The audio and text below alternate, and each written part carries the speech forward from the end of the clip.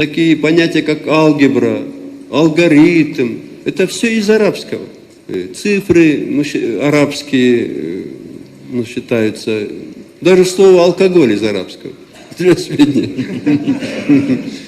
В самом Коране есть сура Баккара, вторая, корова в переводе. Там есть фраза, что алкоголь в малых дозах полезен. Это имамы скрывают всегда.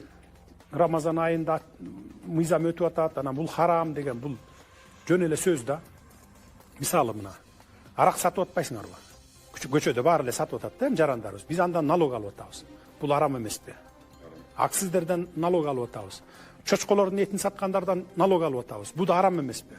Эми казино аларга караганда эми казино адалыраак болуш керек. Эми мен баягы аалым эмесмин, молдо эмесмин.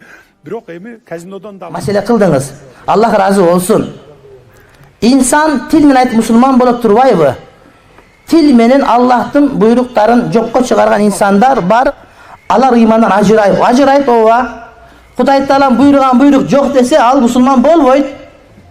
Кудайым арам десе боло берет, адал десе ыймандан автомат чыгат, кайра калима айтыш керек болот. Намаз парз эмес десе автомат ыймандан чыгат, кайра калима айтыш керек болот. Бул күфүрлүк ачык эле.